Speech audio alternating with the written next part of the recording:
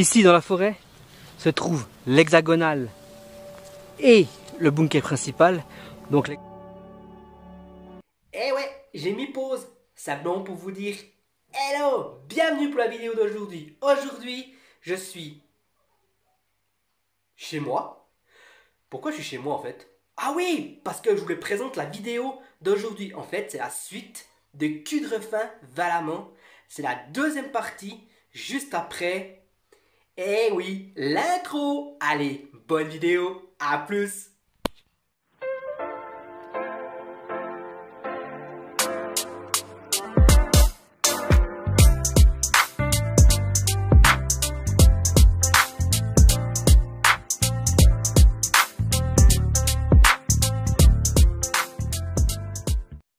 Donc l'hexagonal qui faisait contre-ouvrage du principal avec la ligne de feu directement sur la barricade qui est ici. Ici on voit bien le dépôt barricade. Vraiment c'est un dépôt barricade qui est magnifique. Ça vaut vraiment la peine. Ici on retrouve des plaques. Ça c'est assez récent ces plaques. Mais on le voit bien, c'est juste magnifique. Donc ça servait à planter les barricades directement dedans. Et franchement, regardez-moi cette classe. La ligne, comme ça. C'est juste trop beau.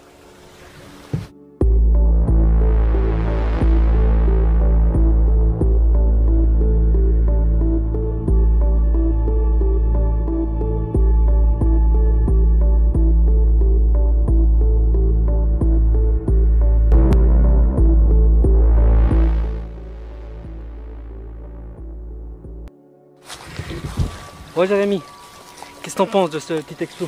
Nickel. Ça vaut la peine hein? Ouais, joli. Ah voilà. Alors c'est un autre abonné venir avec moi. N'hésitez pas à mettre un commentaire et je vous prends volontiers avec moi.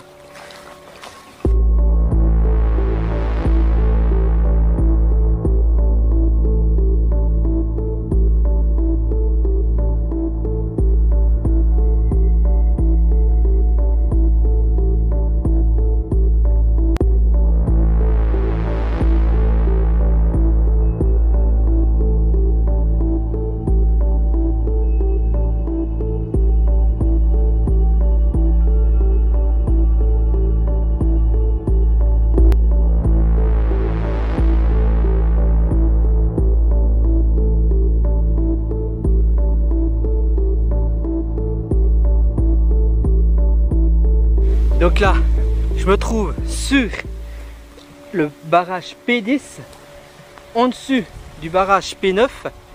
Au sol, on voit bien des puits, des alvéoles. Pas des puits, c'est des alvéoles, des puits, des alvéoles, comme vous voulez. Et c'était pour mettre les pieux à l'intérieur. Et ici, on trouve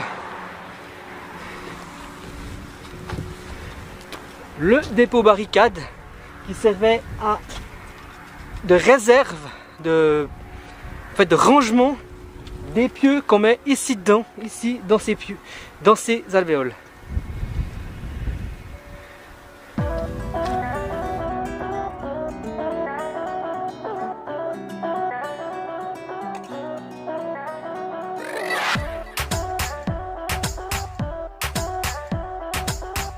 On dit fortification du Vuilly, mais on n'est pas exactement au Vuilly. Le mont Vuilly se trouve environ à 4-5 km dans cette direction. Le mont Vuilly a été construit, une fortification a été construite en 1914-1918. Ici, ça date de 1940, donc la Deuxième Guerre mondiale. Ça a été construit en 1940-41 pour défendre le plateau suisse, donc tout le plateau dans cette direction là-bas.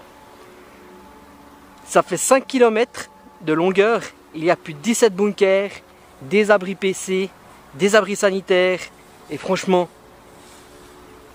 ça, des Toblerones, franchement c'est dingue. Ces fortifications, c'est toujours hallucinant.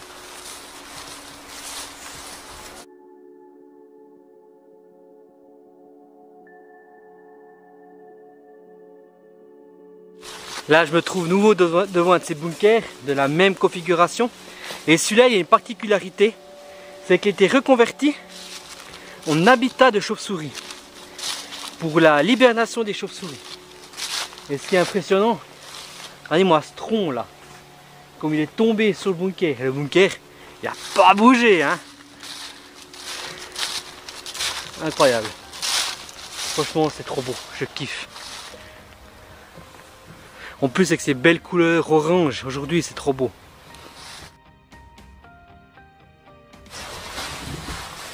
Donc là, je suis dans le bunker. Donc, là, le bunker, il est fermé. Il est cadenassé avec un cadenas spécial, parce qu'en fait, à l'intérieur, il y a des chauves-souris. Donc, on va faire un peu discret. Et ici, il y a de l'eau. En fait, c'était le dessableur. Le dessableur servait à purifier, à nettoyer l'eau qui a été utilisée, en fait, récupérer l'eau sur le toit. Et c'était pour refroidir leurs armes. Et ils utilisaient du sable pour éviter que l'eau soit pas encrassée. Donc ça, c'est intéressant à savoir.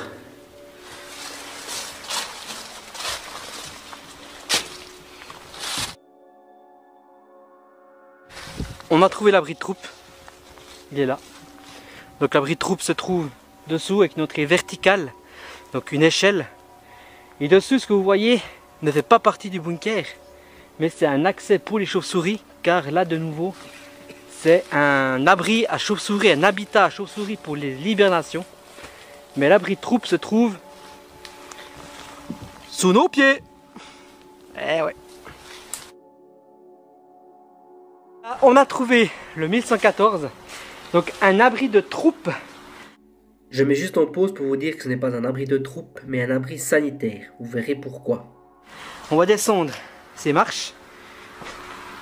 Waouh, joli. Waouh. Regardez, une pièce avec, on voit encore, là c'était les structures des lits. Avec une fenêtre. Même la fenêtre. C'est excellent.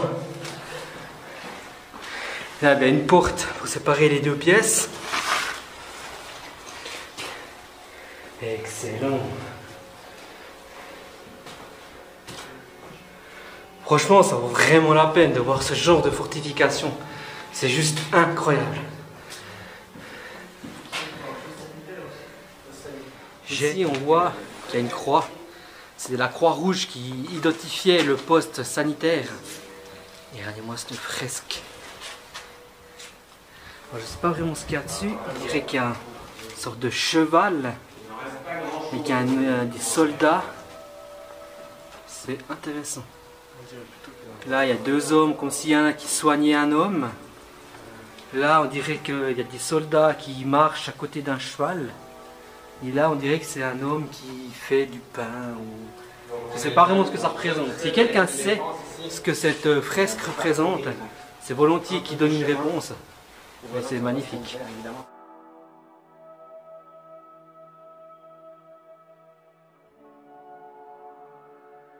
L'abri sanitaire qu'on vient de voir, il faut savoir qu'il était retiré de la ligne de front à environ 400-500 mètres du dernier bunker. Et là maintenant, derrière moi, se trouve le magnifique lac de Morat. Donc la ligne redescend sur Valamand et c'est ce qu'on va suivre juste maintenant. Ici se trouve le passage P12, le barrage P12. Et celui-là, il a une particularité, c'est que c'est pas des Toblerones ni des dents de dragon, mais c'est des tétraèdres. Il y a une lignée de tétraèdres qui se dirige direction la forêt. Donc c'est assez rigolo de voir ça. Et la ligne continue dans cette direction, donc direction le lac de Morat, qu'on va suivre bien sûr après. Donc de nouveau la même configuration de ces bunkers qu'on a tout vu jusqu'à maintenant. Toujours les trois, donc mitre, observateur et le canon. Et franchement le camouflage de celui-là il est assez drôle parce qu'il est bleu, on dirait bleu-vert. Là c'est l'entrée. Donc derrière à l'entrée, on va aller voir à l'intérieur si on peut entrer un bout. Oh, regardez la configuration de celui-ci. Ça descend. Donc on va aller voir si il est aussi pour les chauves-souris. Eh oui, Il est aussi pour les chauves-souris. Derrière moi, il y a l'abri anti-char. L'abri anti-char. Derrière moi, il y a le bunker anti-char. Et là, on se dirige vers un hexagonal. Eh oui, encore un hexagonal. Donc là, c'est aussi un bunker à chauves-souris. Aussi protégé pour l'hibernation des chauves-souris. Donc on va comme aller faire le tour. Allez vous montrer l'entrée de ce bunker.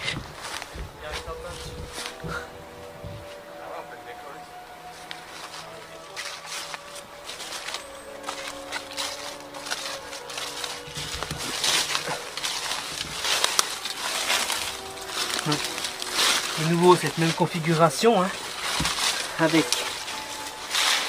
l'entrée en bas qui est inondée, le mur de protection pour l'entrée, le créneau de tir et la ventilation.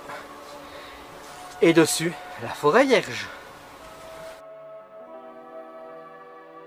Donc là, on voit bien le volet, le créneau de tir qui a été coupé pour laisser l'accès aux chauves-souris.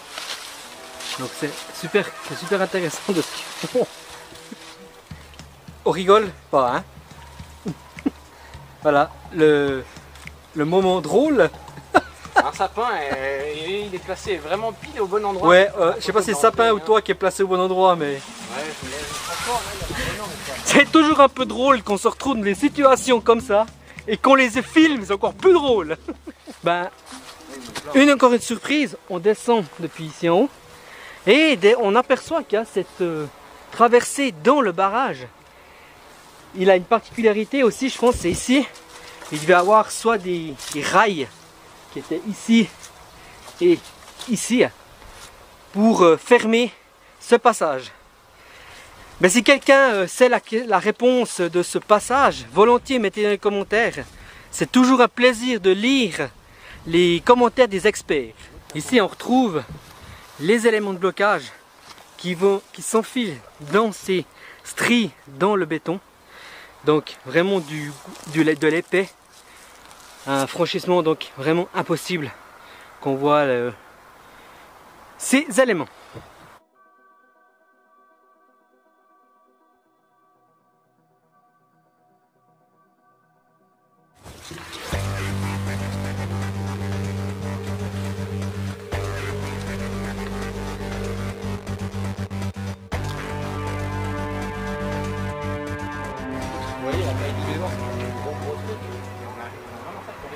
Donc là, on a ces bunkers qui arrivent dans le village de Valamon.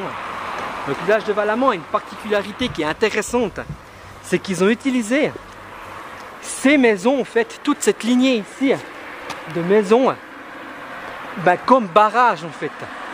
Il y avait déjà des murs existants, il y avait déjà des positions, et là on trouve une barricade moderne. Donc là, on est sur un passage ici, le passage anti-char. On voit encore ici, regardez ici, on voit encore les positions pour poser cette barricade qui est ici. Donc ça c'est une barricade qui est moderne. Donc c'est intéressant de voir la différence de barricade qu'il y a. Donc là on va continuer dans le village de Valamon dessus, suivre un bout la route qui passe dans le village. Ce qu'il faut savoir, c'est que ces fortifications qu'on a vues jusqu'à maintenant, comme je l'ai dit, datent de la Deuxième Guerre mondiale. C'est une grande barricade qui continue aussi après direction Morat. Morat, elle continue direction les Préalpes. Et c'est vraiment un des gros barrages qui protégeait vraiment tout le plateau suisse. Et là, on a actuellement des couleurs qui sont assez exceptionnelles. Parce que le coucher de soleil qui se passe là-bas, regardez-moi ça. Oh là, voilà, vous serez tout ébloui. Donc on continue dans cette direction maintenant pour faire une petite vidéo. Pour continuer la vidéo, je vais y arriver. Et franchement, c'est vraiment chouette.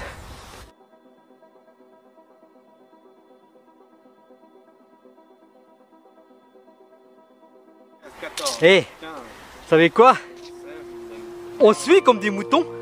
Regardez-moi les boutons. Salut! Ouais, en fait, on a rien à foutre. Yep! Ça roule! Salut! Là, on va descendre par ce chemin pour continuer direction le lac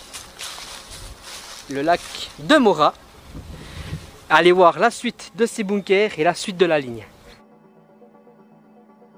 Là, je me trouve dans le bunker. Malheureusement, il est dégradé. Regardez-moi ça. Ayez du respect, s'il vous plaît, pour ce genre d'ouvrage. C'est important. Ça reste le patrimoine, ça reste l'histoire de la Suisse. Ayez du respect. Regardez, là, on voit le support du panorama. Et là, on voit bien le créneau de tir, la ligne de tir qui donnait sur le lac de Mora. À l'époque, il n'y avait pas d'arbres, bien sûr, mais voilà, on voit bien le poste d'observation. Également possibilité de mettre un fusil mitrailleur. Et là, la petite descente pour la grenade. Là, on retrouve également une réserve d'eau qui était ici. Incroyable.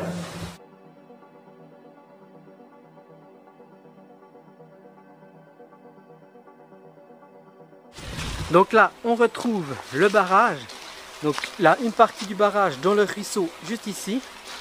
Et là, on retrouve nouveau des tétraèdres, mais des petits cette fois. Et là, de nouveau le mur, avec ces piliers dessus en béton, comme il y avait en haut. Donc, c'est super intéressant. Là, il est vraiment camouflé avec le lierre, c'est juste trop beau.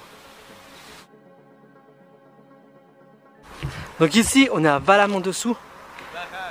Le barrage fait un angle dans cette direction là-bas. On se retrouve dans les propriétés, donc dans les villas. Donc on va descendre, on va continuer, on va faire le tour. Là, il y a juste le lac et on va aller voir l'autre barricade qui est juste un peu plus loin. Mais en attendant, on va faire un petit détour dans un joli quartier de villa. Et là-bas, plus ou moins, il y a la voiture qui arrive maintenant. Il y avait un ancien bunker. Ta gueule! Franchement, du bruit pour rien. Là-bas, il y avait un ancien bunker qui a été détruit. Je mettrai une photo juste maintenant.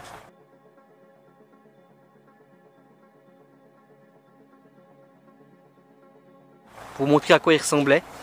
Donc il ressemble à ça. Et là, on va juste continuer encore un bout. Direction le lac. Et regardez-moi cette barricade qu'il y avait ici. Impressionnant, hein. Donc là, on arrive gentiment au bout du barrage. Il y en a encore un ici en haut. Mais ici, on ne peut pas accéder parce que c'est à quelqu'un, c'est un privé qui l'a acheté. Donc ici, il y a également un dépôt barricade. Et toute une ligne de Toblerone qu'il y a ici. C'est ce qui est là. Et on voit au sol, nouveau, les pieux, pour mettre les pieux de la barricade.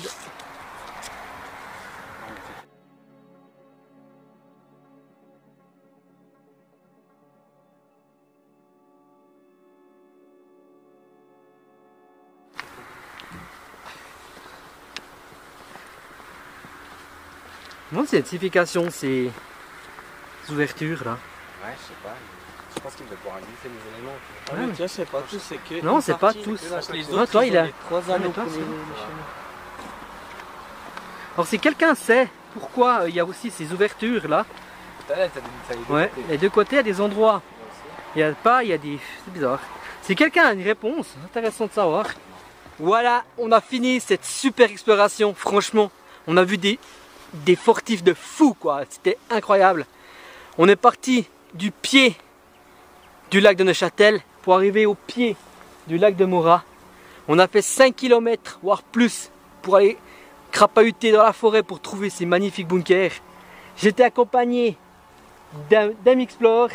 La vidéo également sur sa chaîne YouTube prochainement.